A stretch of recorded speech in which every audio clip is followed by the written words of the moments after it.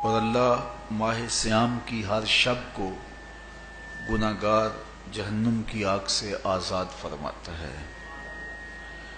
یہ بابرکت مہینہ اپنے دامن میں اتنی برکتیں لیے ہوئے جلوہ گر ہوتا ہے کہ رسول کریم صلی اللہ علیہ وآلہ وسلم نے ارشاد فرمایا، اگر لوگوں کو پتہ چل جائے کہ رمضان میں کیا ہے تو وہ آرزو کریں کہ پورا سال ہی رمضان رہے۔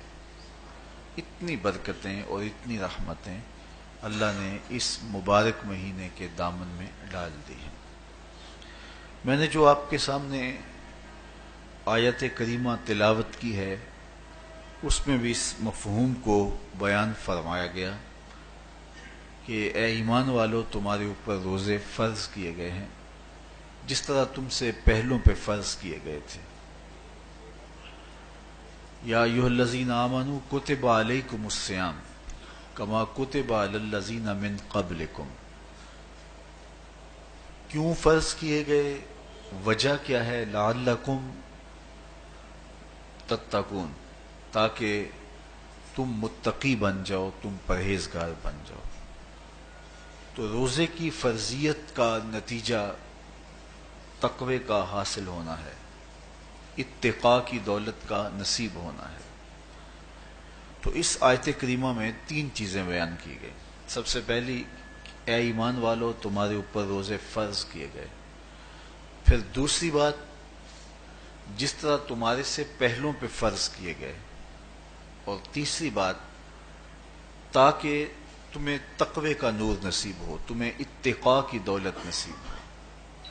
تو ایک تو روزے کی فرضیت کا حکم دیا گیا، اور دوسرا یہ تسلی دی گئی کہ یہ بھوک اور پیاس کی شدت تمہیں ہی نہیں کاٹنا پڑے گی، تم سے قبل بھی لوگ یہ عبادت کرتے رہے ہیں اور وہ اس مشکل عبادت سے تقوی کو حاصل کرتے رہے ہیں، اور تمہیں بھی ہم اس راستے سے تقوی نصیب کرنا چاہتے ہیں۔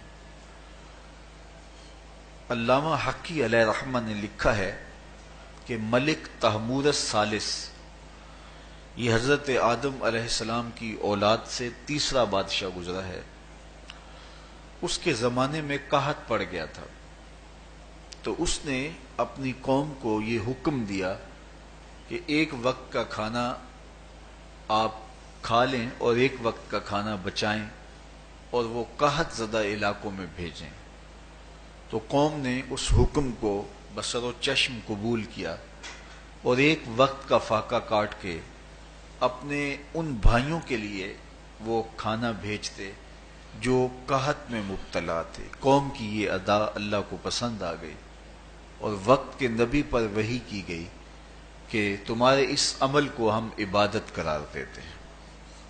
تو حضرت آدم علیہ السلام کے بعد متصل ہی یہ عبادت فرض کی گئی، اور پھر جتنی بھی ملتیں، قومیں اور امتیں آئیں ان میں روزے کی تحسین کی گئی اور روزے کی تلقین کی گئی۔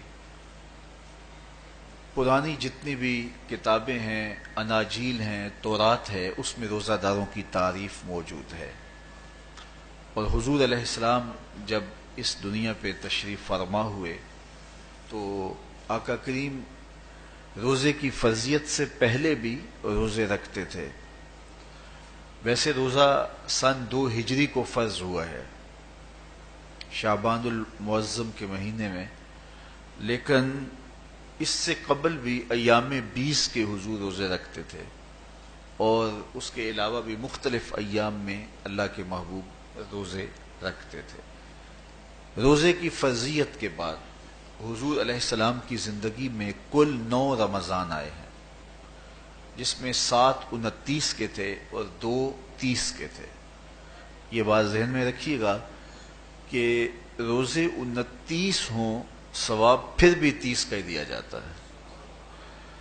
تو زیادہ تر جو رمضان المبارک کے مہینے ہوتے ہیں وہ 29 کے ہوتے ہیں، 30 کے کم ہوتے ہیں۔ حضور کی زندگی میں 9 میں سے 7 جو ہیں وہ 29 کے ہوئے ہیں اور 2 30 کے ہوئے ہیں، تو ثواب پورے 30 کا ہی ہے۔ بعض لوگوں کو زیادہ ہی مسئلہ ہوتا ہے، 29 ہو جائیں تو یہ اللہ کا کرم ہے کہ روزہ رکھنا بھی نہیں پڑا اور 30ویں کا ثواب بھی مل گیا، لیکن وہ شور مچا دیتے ہیں کہ یہ روزہ کھا گئے ہیں۔ میرا نہیں خیال کہ کسی کو اپنے ذمے اتنی بڑی امت کا بوجھ لینے کی پریشانی ہو اور وہ خام خواہ ایک روزے کے لیے پوری امت کا بوجھ اپنے کندھوں پہ ڈال لے۔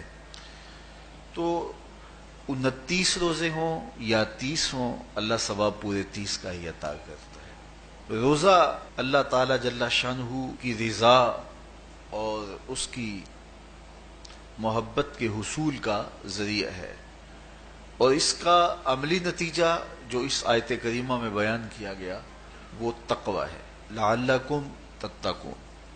روزہ اس لیے فرض کیا گیا کہ تمہیں تقوی نصیب ہو جائے، اتقاء کی دولت نصیب ہو۔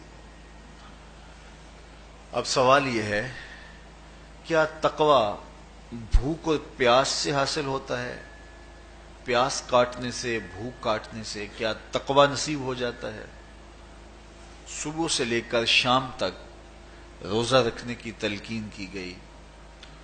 یہاں ناروے میں اور مختلف ممالک کے اندر 20 گھنٹے کا روزہ ہے، اور ہمارے بھی یہاں 16-17 گھنٹے مسلسل شدت کی گرمی میں بھوک اور پیاس کاٹنا ہوتی ہے۔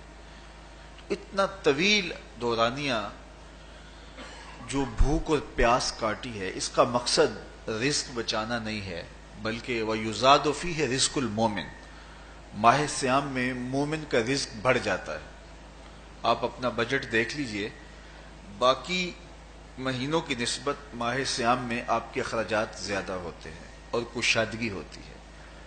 تو یہ کوئی خوراک بچاؤ مہم نہیں ہے، بلکہ رزق تو بڑھ جاتا ہے، لیکن اس کے باوجود 20 گھنٹے، 17 18 گھنٹے پیاس اور بھوک کاٹنا، اس کا کوئی مقصد ہے تو وہ مقصد قرآن نے بیان کیا کہ اس کے نتیجے میں تمہیں اتقاء کی دولت ملے گی، تمہیں تقوی کا نور